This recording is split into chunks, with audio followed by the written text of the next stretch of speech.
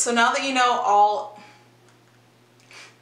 Hey, it's Vicky and welcome back to my channel, or welcome to my channel if you've never been here before. I thank you so much for stopping by. So for today's video, I'm super excited because I went to Ulta today and I was able to pick up, very narrowly mind you, the new Anastasia Beverly Hills foundation, and also I was able to pick up the new Anastasia Beverly Hills setting powder. So I'm super excited to try this out. I talked about this product being released about a week ago. I'll link the video up above where I talked about it and talked about all of the claims of this product. But I will reiterate those details today as well. So I'm super excited to get into talking about these two products. So if you want to get all of the details about these two products, just make sure you stay tuned for this video. But before we get into the video, make sure that you subscribe to my channel if you haven't done so already, and click the bell icon down below so that you can stay notified whenever I upload a new video. So with all of that being said, let's go ahead and get into the video. So I'm going to read the claims of the foundation first, and then I'm going to go on to the powder. So I'm reading the claims off of the Ulta website, which I recommend downloading if you haven't done it already.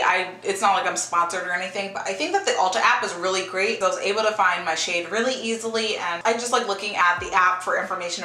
So my cat wants to come and give me a second. He wanted to come say hi. So I'm just going to be reading the claims off of the Ulta app. It says that this is a Luminous foundation by Anastasia Beverly Hills. It's a water-resistant liquid foundation that creates a luminous natural finish. The radiant formula delivers long-wearing medium coverage, yet still feels so lightweight and looks ultra fresh.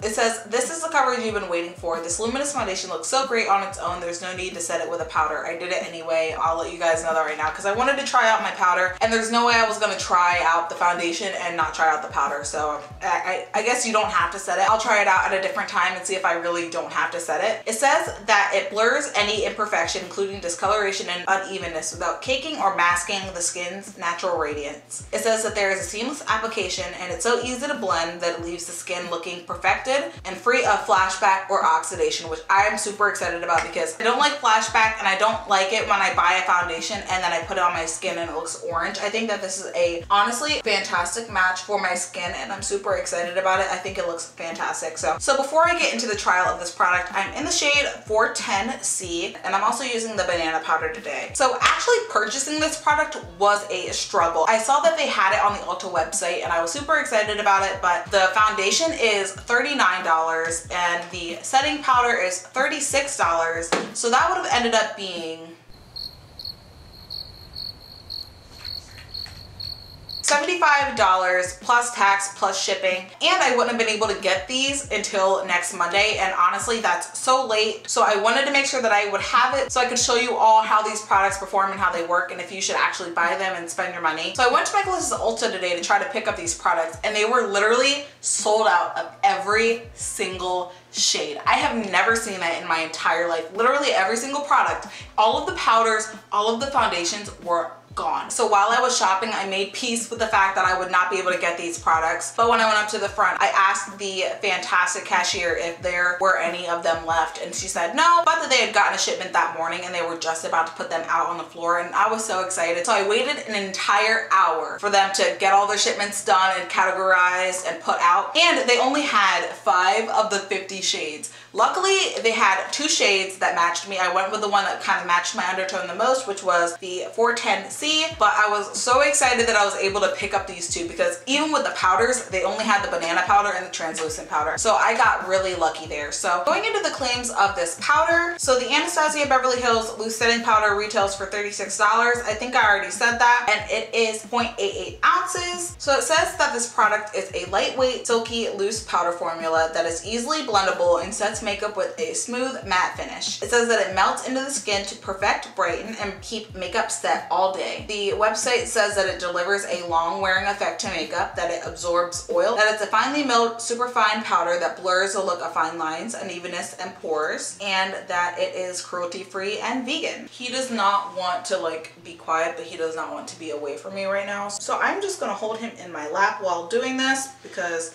I don't think he will be quiet any other way. So if you see a little head pop up, that's my baby boy Mars. So now that I've read you the claims of these two products, I'm gonna start getting into the tutorial, and then I'll be right back to give you my final thoughts. So to test this foundation and powder out today, I'm going to be using the same products that I've been using for the last little bit. I'm going to use my Tarte Base Tape Hydrating Primer. I love this primer so much. It really does help restore the moisture back to my combination dry skin, so I really like this product. And then on top of that, I'm going to be taking my e.l.f. Poreless Primer Putty. I did do a review on this product a little bit ago, so if you haven't seen that already, I'll link it right up above. But I'm going to use this to smooth out my face a little bit, and then for a little bit of an extra touch, I'm going to take my Becca Backlight Priming Filter. I love this product so much. It's honestly one of my favorite products of all time. And then I'm going to mix that with my Red Earth Concentrated Oil. I really like this product a lot for bringing a lot of moisture back into my skin as well. So just opening this up. So this is what the product looks like, and it says foundation on the back. It is a luminous foundation, and I'm so excited about this product. It's got a really nice pump at the top. So I got the shade 410, and I'm just going to pump this on the back of my hand for you. It's a liquid foundation, and it's really loose, but it's not bad. It doesn't have a smell, so that's really good. So I'm going to do what I usually do. I'm gonna apply one side with a brush, and then I'm gonna apply the other side with a sponge to see which side applies better. So just dotting this on my face. And I'm going to start out by just putting it on one side and then going to the other because I don't want it to dry down any. So taking my standard foundation brush, I'm going to just blend this out. Ooh, it's seeming to really blend out really nicely already. It also really covered up my acne. You can hardly even see it. You can just see the little bumps here. And patting more foundation on it, it kind of disappears. That's really great. I'm gonna dot this on the other side as well. So I really don't like the way that it applies with a sponge on this side. I think that it just kind of lifts it up and it doesn't really distribute the product that well with a sponge. I mean, I find that that's kind of the case a lot lately. I think that the sponges are kind of absorbing more of the product than it is actually blending it out and letting it sit on my skin. So I'm actually going to abandon what I normally do with doing one side with a sponge and the other side with a brush. I actually only like it with a brush, and if I'm gonna put this foundation on and use that product, I really want to apply it in a way that's going to work for my skin. And the sponge really isn't working for my skin, at least today, so I'm going to apply more foundation on top of this and blend it out with a brush. That's kind of a shame though, because I mean, if you're someone that likes using it with a sponge, maybe it will work for you, but maybe it's because I don't like using sponges for my foundation to begin with, so that might be the common denominator. I just don't like the way it looks. I think that brushes give me a little bit more coverage. I think this looks really great on my skin, by the way. I really like the way that it looks.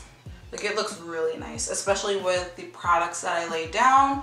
And it blends into my neck so seamlessly. When I was doing my color matching in the store today, I was blown away by how I couldn't even see it. Like, I wish I was exaggerating, but when I was doing like the swatches on my chest in the store, I couldn't even tell where I had put the product because it is that close to my skin tone. So first impression, I really do like this foundation a lot. I think that it blends out really well. It blended out really easily. It matches my skin tone really well. It covers up all of my problem areas. I think that it looks really great on my viewfinder and also in my mirror. So that's really good as well. So now I'm going to go on to my concealer, and today I'm going to be using my L'Oreal Infallible Full Wear Concealer in the shade Caramel. But yeah, it was so crazy how this foundation literally matched, just flat out matched my chest. I couldn't even tell which one it is. And I think some people think it's a little bit ridiculous that brands are doing this many shades. And first of all, I think that it's problematic that people have an issue with brands having shade diversity, because shade diversity is diversity. And if you have a problem with shade diversity, you have a problem with diversity. But I think it's fantastic that they have this many shades. I was able to find 2 different shades that were so close to my skin tone, I couldn't tell which one it was. And that's never been a thing that I've ever actually experienced before, because for so long when I would go into stores and get foundation, I would have to choose the shade that was kind of closest. I was like, well, maybe if I were to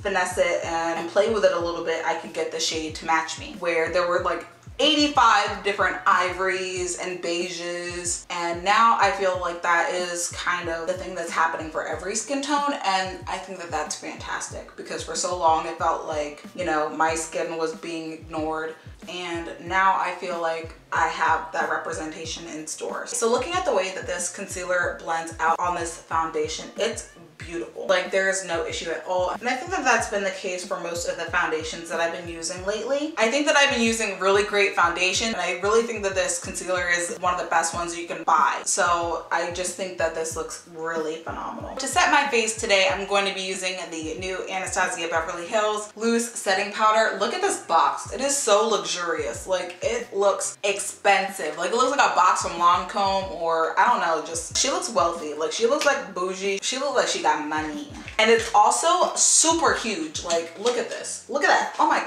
look at this. It's the size of my head. Like this thing is the size of my head. Here's my True Complexion setting powder. Here's this powder. Like she is large. Like she is big, honey. They look the same, by the way. They're both banana powders and they kind of look the same in the packaging. I hope that they don't perform the same because that would be very upsetting. Here's the powder. I'm going to crack this bad boy open for you. It doesn't have a smell, so that's good. Ooh, and it seems like it's got a really good sifter in here too. Taking my setting brush, I'm going to dip this into the powder and press that under my eye. That looks gorgeous. It really like blurs it out. Compared to this side, it looks blurred. That is pretty. And it looks like it's minimizing the size of my pores too. So that's fantastic. I'm gonna press this into my smile lines a little bit. Guys, my search is over. Granted, it was a very short search, but nonetheless, I found my new setting powder. This looks so good. It's not creasing or doing anything crazy. My under eye looks really nice and bright, but it doesn't look dramatic and over the top in a bad way. Oh, I'm like shaking this thing up. But I think that it's really nice. And brushing it away, it looks really good too. And I'm kind of gonna use the excess of this to kind of set the rest of my face. I don't really need a lot of powder, and I really do want this to look luminous. And I really want to see the full effect of this foundation. So I'm going to be speeding through the rest of my makeup until I get to my highlight and my setting spray because I'm using a couple of new products for that, and I wanted to tell you what I thought about those. So just speeding through the rest of my face routine now. So for my highlight, I'm going to be using something that I picked up today, the ColourPop Super Shock Highlight in the shade Smoke and Whistles. And it just looks like this. It's a really pretty kind of pinky highlight. So I'm gonna apply that using this highlight brush right here. It's okay. It's not my favorite highlight. I will definitely say it's not my favorite highlight. I got a different one that's also this brand, and I'm also gonna try this out a different way. Maybe it's the way that I'm applying this, but it's not my favorite. I've had better. That's upsetting. I really like ColourPop, and so, you know, there are a couple products from their line that I don't really like. I don't like their brow pencil, so I guess this might, I don't know, we'll try it out and we'll see. It's not that this is bad, it's just that it's not great, and I've had great highlights and this doesn't really do anything to stand out. To set my face today, I'm going to use the Milani Make It Last setting spray, and I'm super excited to try this out. I picked it up today when I was at Ulta. I'm also going to be doing a haul video for you because there's so much stuff that I picked up today that it's not going to be able to all be used in this video. I ran out of my Morphe Continuous Setting Mist, so I figured I should probably switch up the setting sprays that I use because there are so many good ones out there. I don't want to keep using the same one. So I wanted to try this one out. I heard that it is very similar to the Urban Decay All Nighter setting spray, and I was super excited to hear that because if I can get that same quality in something that's way cheaper, I love that. So I love the way that this smells. It smells so good. Again, if you don't like fragrance makeup products, you might not like this, but I think that it smells really great. The mister on it is super nice too. I'm going to spray it in the air. You can see it. Like, it's a really nice mister on it, so that's really good too.